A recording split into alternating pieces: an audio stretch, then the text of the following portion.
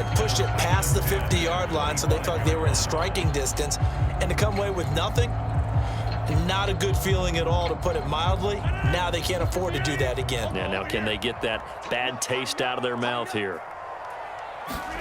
On 2nd and 10, Rodgers is going to fire one deep, middle of the field.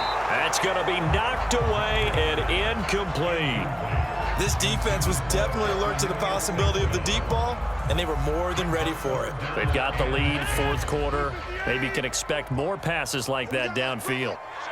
Let's go, let's bring it. Throwing is Rodgers on 3rd down. And that's complete to Adams. And he gets this one just shy of the 40. They'll mark him down at the 39. And in a 2-score game, obviously, every play, every 3rd down, like we saw there, magnified, big pickup. It was a huge pickup. What they really want, though, is to not even get to 3rd down. They've got to maximize time and nothing but green grass here, middle of the field. Touchdown, Packers. Marquez Valdez-Scantling, 61 yards. And the Packers have made it a 1-score game again here in the 4th. Crosby with the extra point, and now things get a bit more interesting here in this 4th quarter. Now after the touchdown, here's Crosby to kick it away.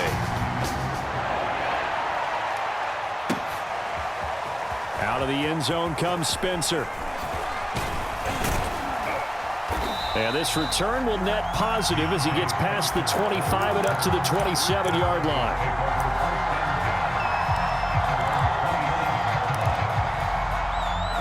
The Broncos onto the field, ready to start their next drive. After the touchdown we just saw, we have a brand new ball game. And now look at the situation. You got plenty of time on the clock. Defensively, they have 3 timeouts. So do you run the football here or do you throw it? I think you have that full conversation with your offensive unit, and you tell them, here's the situation.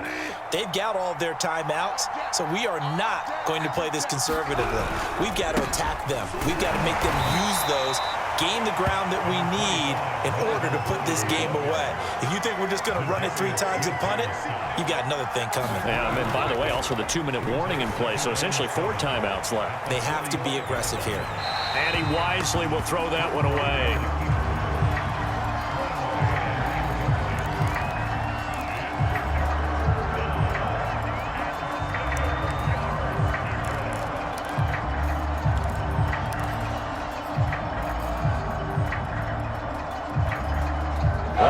Plays in the game thus far. The crowd getting into it as we come up on a big 3rd down. From the shotgun, it's Bridgewater.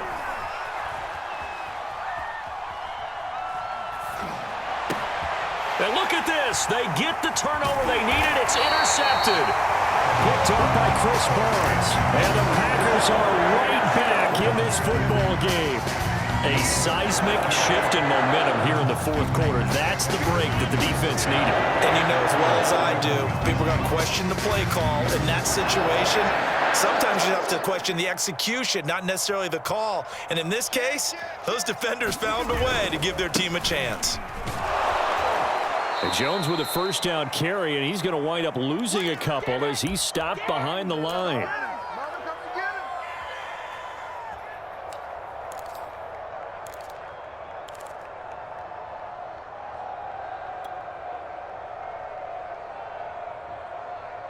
So it's Packer football here as we welcome you back.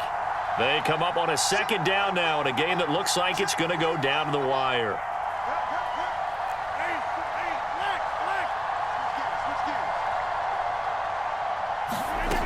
Rodgers to throw. Flushed out right. Man open, here is Jones. He'll get this one down near the 20-yard line, just shy of the 20. A big play that time on the catch and run.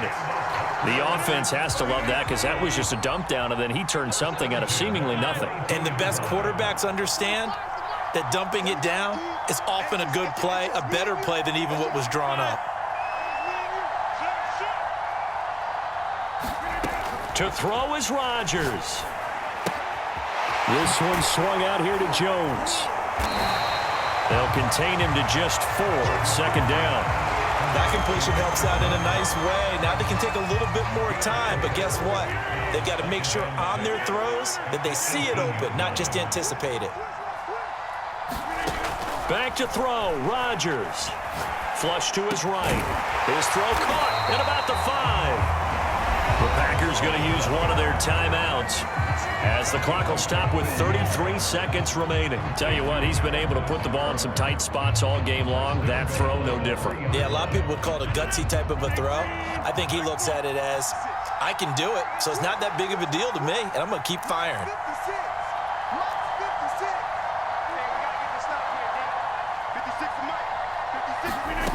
Now Rodgers steps away to his left. To the goal line, but it's incomplete. They took their shot for the end zone, almost cost him. And he made the right play there, knocking it away. But, boy, it looked like he had a chance to come down with the football. And if he does that, this thing is over. Instead, he leaves him out there with another chance.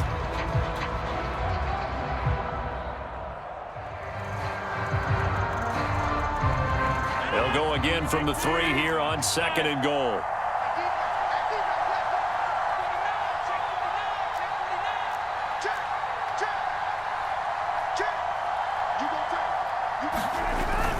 They'll try and run it in with Jones.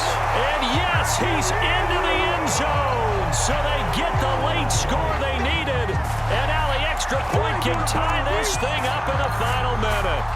No, CD, there didn't seem to be much resistance there down near the goal line. Yeah, partner, from what I saw there, not a real good job of matching up defensively because to me, it looked like they were just in their base 3-4 package. You need bigger bodies in there in a goal line type situation. The 3-4 fine between the 20s, but not down here when you're guarding your end zone. Don't forget the extra point. It's up and good, and we are tied here in the 4th quarter. So right back to square one, tied at 28 as he kicks it away. Out of the end zone comes Spencer. And ultimately cannot get this out to the 25-yard line as he's dropped at the 23.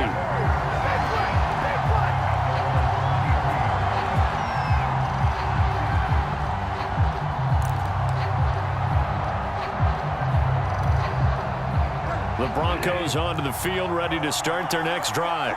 They have a little bit of time here to get in the field goal range. Not much. In a tie game, you don't want to do anything crazy, right? I agree with you on that one. Risk-reward, okay?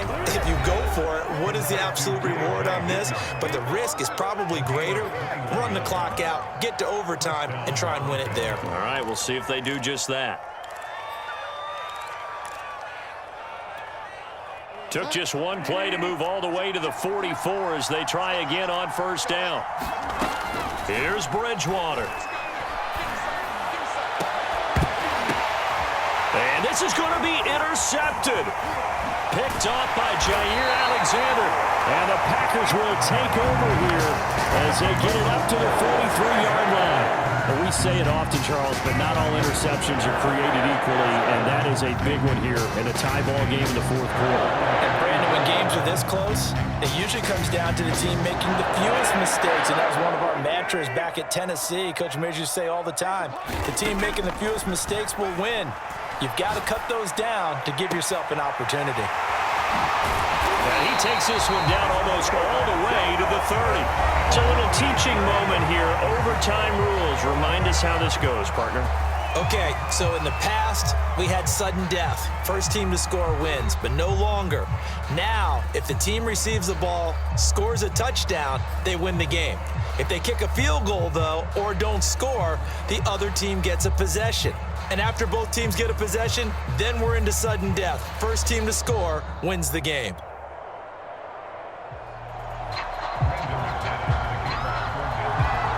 So a tie ball game here as the kick's away.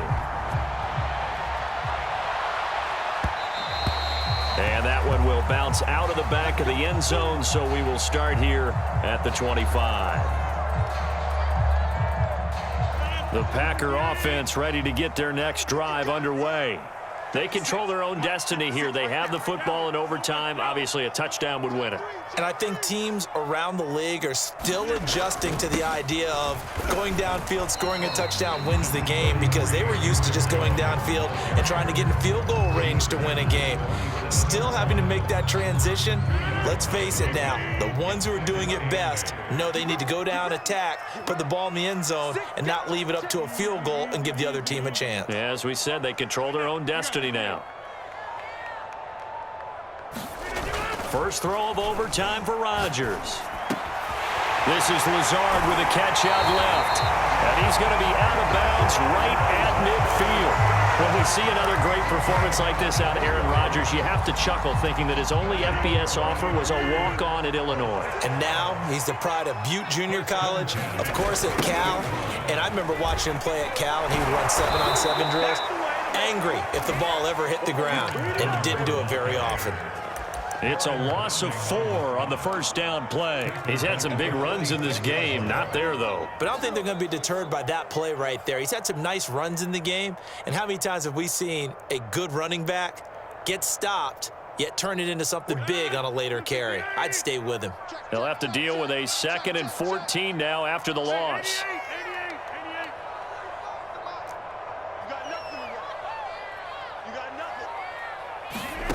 Here's Rodgers to throw. Drops it to Jones in the flat. And he'll lose yardage on the play back at the 45-yard line. 1 yard is the loss. They back up even further to a 3rd and 15.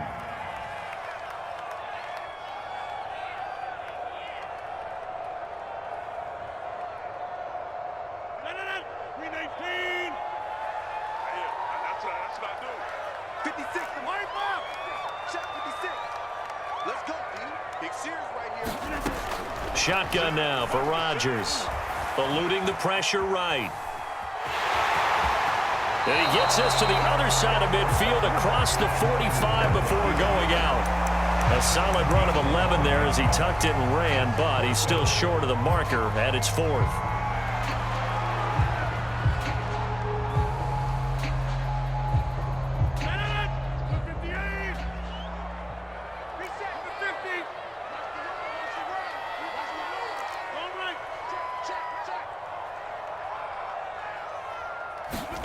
They'll go for it. It's Rodgers. Able to find Lazard.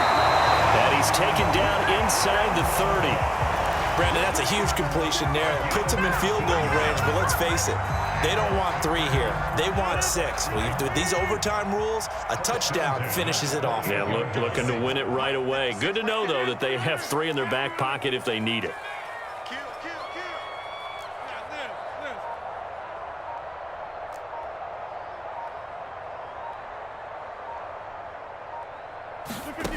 Now Rodgers. And Lazard's got it again. And taking it to the 15-yard line before he's brought down. Shaping up to be a very efficient opening drive here in overtime. And can you feel the tension building? Because I'm feeling it. All right, I've got the sweaty palms here with each play because of the enormity of what's going on. Each play means so much in overtime, and they're handling it well as this drive continues. And all the way down inside the 5 to the 4. 111 yards rushing for him now as he is just trying to will his guys to an overtime victory. He continues to be effective running the football, a big reason that they have the lead. And I love one of the quotes that I read about him where he said of himself, I love it when a team just hops on my back and I just carry them along. And not a whole lot there. He does get a couple, taking it from the 5 down to the 3. And I know you, with every carry, especially in overtime, you're just saying, if you're that ball carrier, hold on to the football. Hold on to it, protect it, but not necessarily settling, because you're trying to get to the end zone. You're trying to end the game right here. And I know the defensive guys poking, clawing, raking, trying to knock the ball free and protect their end zone. Yeah, like you alluded to, especially this part of the field. On 2nd down, it's Jones. And the D not yielding much there. He's only going to get a yard to about the 2. Well, they made the play there, and I'll guarantee you their coaches and the other players are screaming at them about their pride. Come on, guys. He's already gotten in 3 times. You can't give up a 4th one. And on that play, they were able to make the stop. And you knew they were going to go to him to try to get that 4th. And why wouldn't they? It's not just getting the 4th. He's the hot hand, so to speak, right? The hot feet in this. And this will be caught. Touchdown. They needed overtime to get it done, but put this one in the win column.